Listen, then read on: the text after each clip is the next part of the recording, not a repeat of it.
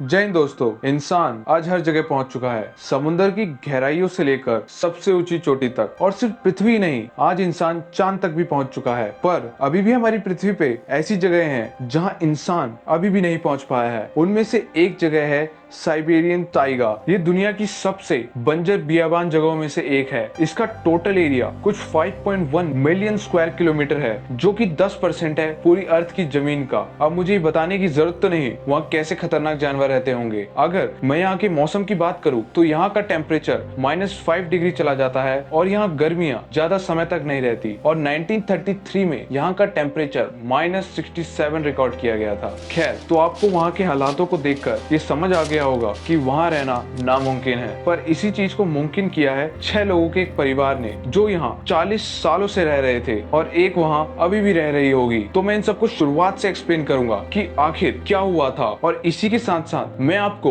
उनकी तस्वीरें भी दिखाऊंगा। पर उस समय इतनी ज्यादा पिक्सल्स के कैमरे नहीं होते थे, तो इसलिए वो फोटोज बिल्कुल पोटैटो क्वालिटी की हैं। तो ये साल था 1978, जब एक हेलीकॉप्टर को साइबेरियन टाइगा में भेजा गया था एक सेफ स्पॉट ढूंढने के लिए, ताकि जियोलॉजिस्ट की एक टीम को वहां भेजा जा सके, क्योंकि साइबेरियन टाइगा में भरपूर मात्रा में तेल और मिनरल मिलते हैं। पर पायलट को वहां एक भी जगह नहीं मिली, क्योंकि वो इतना घना जंगल था कि वहां हेलीकॉप्टर की लैंडिंग करना नामुमकिन था। पर पायलट को वहां कुछ ऐसा दिखा जो कि नहीं दिखना चाहिए था। उन्हें वहां पर एक खाली जमीन दिखी जिस पर खेती हो रखी थी। तो उसे देखकर पायलट काफी घबरा गए और अपने बेस की तरफ लौटे। पर बेस वालों ने कहा कि वो जगह बस्ती से कुछ 150 माइल्स दूर है, वहम वगैरह हुआ होगा तुम्हें। लेकिन पायलट बहुत ज्यादा कॉन्फिडेंट थे। तो इस इंसिडेंट को देखते हुए जियोलॉजिस्ट ने सोचा कि हम वहां जाएंगे और देखेंगे कि आखिर वो वहां रह कैसे रहे हैं। तो बस फिर क्या था, जियोलॉजिस्ट ने गिफ्ट पैक करे ताकि वो उन्हें दे सके, और उसी के साथ साथ उन्होंने गन्स भी रखी,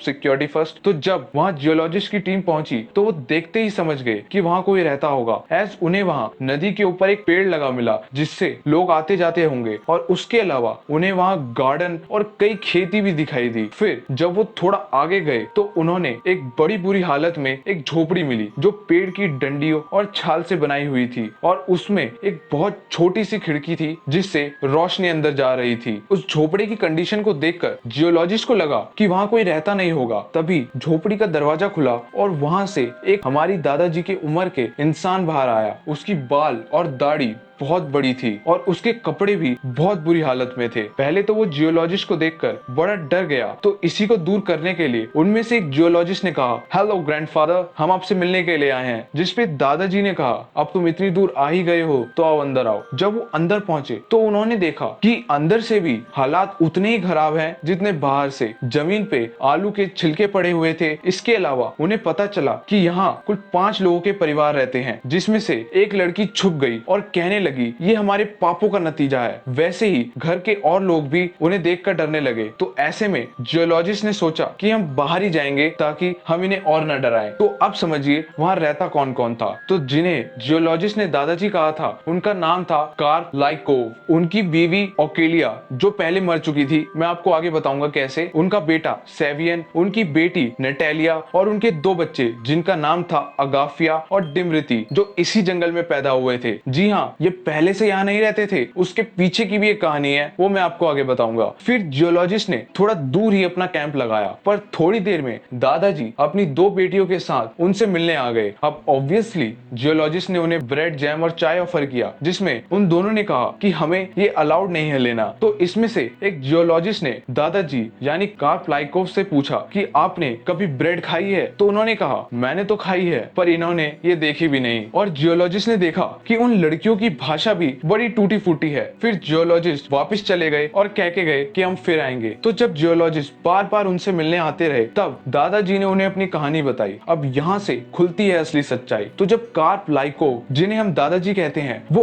ओल्ड बिलीवर थे, मतलब फंडामेंटलिस्ट रशियन ऑर्थोडॉक्स सेक्ट के, एक तरीके का धर्म है जो रशिया में माना जाता है। तो जब रशिया में पीटर द ग्रेट का शासन था, तो वो इन ओल्ड बिलीवर्स को बड़ा परेशान करते थे। इसलिए लाइकोव उन्हें एंटी क्राइस्ट यानी धर्म के विरोधी कहते थे। तो फिर पीटर द ग्रेट ने एक फरमान निकाला जिससे हम रशिया को मॉडर्नाइज करेंगे। उसके लिए लोगों को टैक्स देना पड़ेगा और जो टैक्स नहीं देगा उसकी दाढ़ी कटवा दी जाएगी। और ओल्ड बिलीवर्स के लिए ये एक शर्म की बात होती है। तो ओल्ड बिलीवर्स और कार्प लाइकोव के लिए हालात बद से बदतर चल रहे थे कि रशिया में एथिस्टिक बोल्स्केव पावर में आ गया, जिसने इन ओल्ड बिलीवर्स को अलग थलग करना शुरू कर दिया और इसमें से बहुत सारे मेंबर्स सीरिया भाग गए और इन सब में बड़ी मारकाट मची। तो इस मारकाट में लाइकोव का भाई भी मारा गया। अब इसी डर में लाइकोव ने अपने परिवार को बचाने की सोची। तभी वो अपनी बीवी ओकेलिया, 9 साल के बेटे सेवियन और 2 साल की बेटी नटेलिया के साथ जंगल की तरफ भाग गया और वो कुछ बीज और कुछ जरूरी सामान भी अपने साथ लेके गए। तो फिर वहां 1940 में डिमृति पैदा हुआ और अगाफिया पैदा हुई 1943 में। तो ये था लाइकोव फैमिली का पूरा इतिहास। पर परेशानी वहीं पर ही खत्म नहीं होती। अब यहाँ से दिक्कत आई कि वो अपने बच्चों को पढ़ाएंगे कैसे। तो इसके लिए उन्होंने एक फैमिली बाइबल का सहारा लिया। तभी उनके बोलने का ढंग इतना अच्छा नहीं था और उसके अलावा अब इतने सालों तक कपड़े तो रहेंगे नहीं, इसलिए उन्होंने हेम्प क्लोथ, जिसे भांग का कपड़ा कहते हैं, उससे अपने कपड़े बनाए और जूते उन्होंने पेड़ की छाल से बनाए। और दिक्कत सिर्फ यही नहीं थी, मेन दिक्कत थी बर्तनों की। अब जो बर्तन वो अपने साथ लेकर आए थे उनमें तो जंग लग चुका था और अब वो लकड़ी को तो आग में डाल नहीं सकते। तो इसलिए उन्होंने अपने खाने का तरीका ही बदल दिया। अब वो आलू का भरता बनाकर उस पे राई और भांग के दाने मिलाकर खाते थे। तो अब उनकी इस कंडीशन को देखकर जियोलॉजिस्ट को बहुत बुरा लगा। तो उन्होंने उन्हें काफी चीजें दी, पर उन्होंने स्टार्टिंग में सिर्फ नमक ही लिया। उन्होंने कहा इसके बिना जीना काफी बुरा था। अब आप खुद ही सोच सकते हैं, जब आपको इतने सालों तक नमक ना मिले तो आपकी हालत कैसी होगी। पर बाद में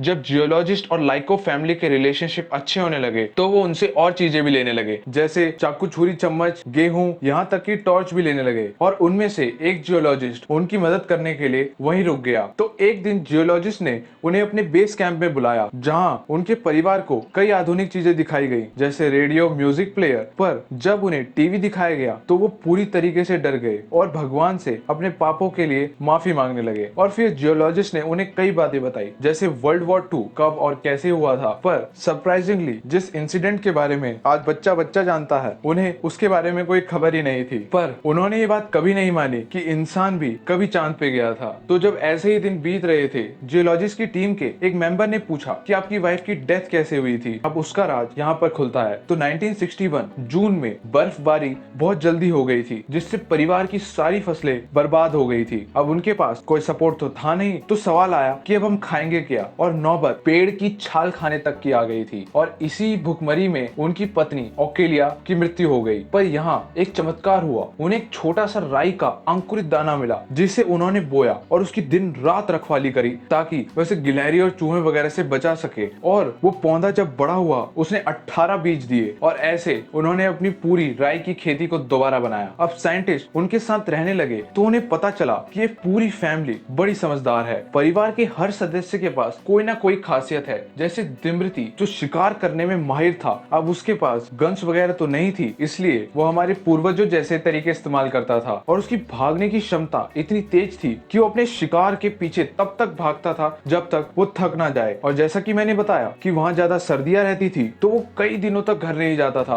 और बर्फ में ही सो जाया करता था। तो इसे हमें ये सीखने को मिलता है कि इंसान अपने शरीर को किसी भी हद तक डाल सकता है। मगर यहाँ से लाइकोव फैमिली के साथ बहुत बुरा हुआ, जिसकी किसी को उम्मीद नहीं थी। 1981 में कार्प लाइकोव के 3 बच्चे मर गए। सेवियन और नटेलिया की मौत किडनी फेलियर से हुई और डिमृति की मौत निमोनिया से हुई। एज वो जियोलॉजिस्ट के कांटेक्ट में आ गया था। अब उन्हें तो उसके टीके लगे हुए थे, पर डिमृति का शरीर इसके इम्यून नहीं था, इसलिए वो भी मर गया। पर उसे बचाया जा सकता था। जियोलॉजिस्ट ने कहा कि हम हेलीकॉप्टर अरेंज कर सकते हैं, पर डिमृति ने कहा कि हमें ये सब करना अलाउड नहीं है। और ये थे उसके आखिरी शब्द। और फिर फरवरी 16, 1988 में कार्प लाइकोव मर गया, जिससे अगाफिया ने जियोलॉजिस्ट की मदद से दफनाया। फिर जियोलॉजिस्ट ने अगाफिया से कहा कि हमारे साथ चलो और आम लोगों की तरह जिंदगी बिताओ, पर उसने मना कर दिया। और जियोलॉजिस्ट जब जा रहे थे तो वो उन्हें ही देख रही थी, पर वो रोई नहीं। और जब जियोलॉजिस्ट ने बड़ी दूर से उसे देखा तो तब भी वो वहीं खड़ी थी। तो अब इसके आगे किसी को नहीं पता कि वहाँ क्या हुआ। मगर अभी अगाफिया की उम्र 73 साल होगी। पर इससे हमें ये सीख मिलती है कि कैसे आदमी किसी भी कंडीशन में अकेले बच सकता है, बस उसमें आगे बढ़ने की राह और जिंदा बचने की चाह होनी चाहिए। तो कैसा लगा आपको इंसिडेंट? अपने थॉट्स हमें कमेंट्स पे जरूर बताएं। और अगर आप हमारे काम को सपोर्ट करना चाहते हैं तो आप हमें डोनेशन सजेशन भी दे सकते हैं। लिंक कमेंट सेक्शन में पिन्ड है और इस वीडियो को ज्यादा से ज्यादा शेयर भी करें ताकि हर किसी को इंस्पिरेशन और कुछ नया सीखने को मिले। और अगर आपको लाइक और सब्सक्राइब का बटन दिख रहा है तो उसे भी दबा दीजिए, एज इससे हमें बड़ा सपोर्ट मिलता है। और जब आपने इतना ही कर दिया है तो आप उस बेल आइकन को भी क्यों छोड़ रहे हैं, उसे भी दबा दीजिए। So in the end take care and thanks for watching.